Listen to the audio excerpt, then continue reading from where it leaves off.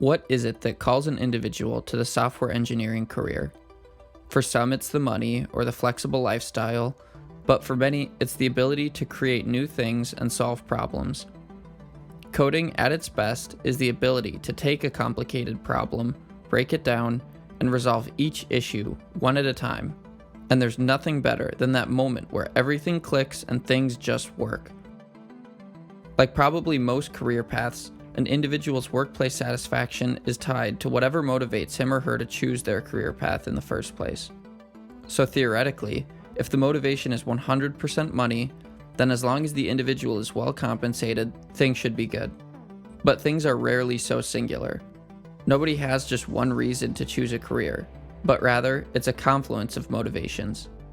Because of this, satisfaction as a developer is often strongly linked to two things. The first being the feeling that the engineer is creating something new. The second is the feeling of solving a problem. Just one of these is not enough.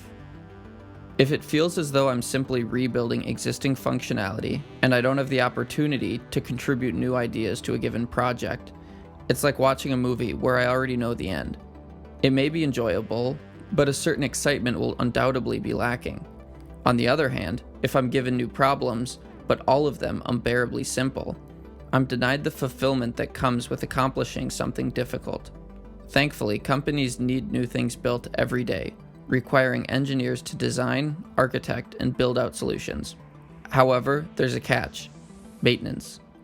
Companies that succeed may continue to build out new products, but over time, the need for code maintenance tends to generate the lion's share of demand for developers.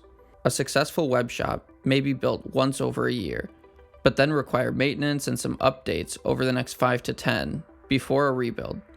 Furthermore, companies that have the stability to ensure things like job security as well as better compensation and benefits tend to require more code maintenance, while the fun, exciting startups are more conducive to a volatile environment.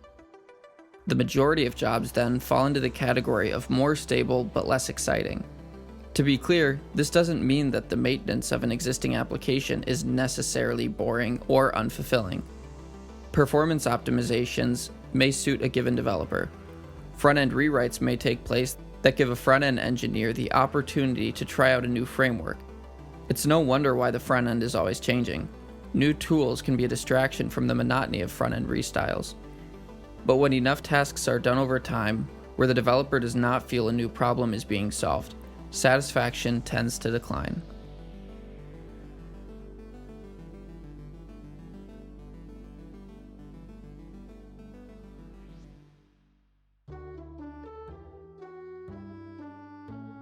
Now, for some developers, creation and problem solving are not the primary motivation. Maybe an engineer with family and kids is more focused on stability. In that case, a good job means high pay and a low risk of layoffs. For many, however, especially mid-level developers who have already broken into the industry but aren't necessarily tied down, workplace satisfaction stems from the people he or she works with and the products they are building. Now, it's worth saying, it's a hard thing to genuinely complain about when everything's put into perspective. Most careers aren't fun. Nurses go to work every day and aren't given the chance to sit around and think about the tasks they'd like to do and how they plan on architecting the solution. They operate in a far less fun environment than any developer, and for less pay too. So it's a fair question to ask, why shouldn't a developer just stop complaining and deal with it? I would argue it's possible to both acknowledge the real dilemmas of others without neglecting one's own. For many developers, they are placed in the position where they feel as though they're settling in a way, getting paid so that someone else can chase their dreams. For these individuals, to acquiesce is to admit defeat. It's to deny the creative spirit permission to breathe. For many, being stuck between a safe, stable job that lacks fulfillment and pursuing a more exciting, though risky opportunity is the coder's conundrum.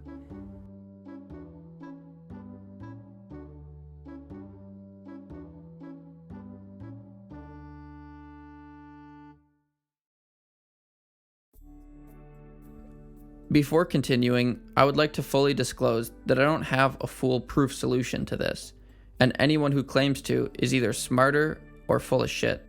I do, however, have a theory.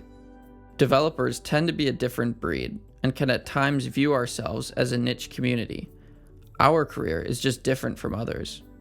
We can think that just because our careers are different, it must mean our problems are.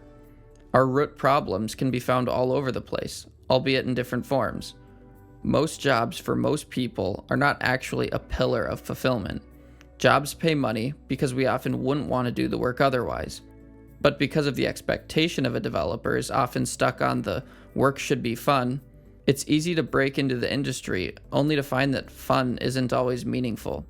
My theory is that we must decide separately from work what we want to do in this life. Work can then act as either a stepping stone or a means to fund our pursuits.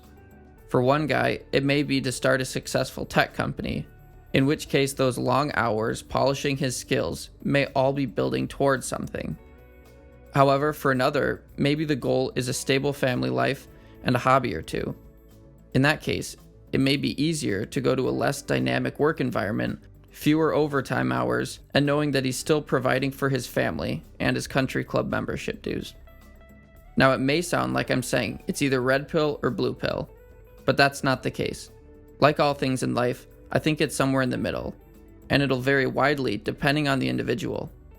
So while I don't have the answer, I hope I proposed a framework of thought which could be used for anyone to find their own answer to the coder's conundrum. Hey guys, thanks for watching. This video was somewhat of a new format for me, so I'd love to hear your thoughts, both on the style of format and the content. If you did like what you saw, don't be afraid to like and subscribe to get more content like this. Thanks for watching, and take care.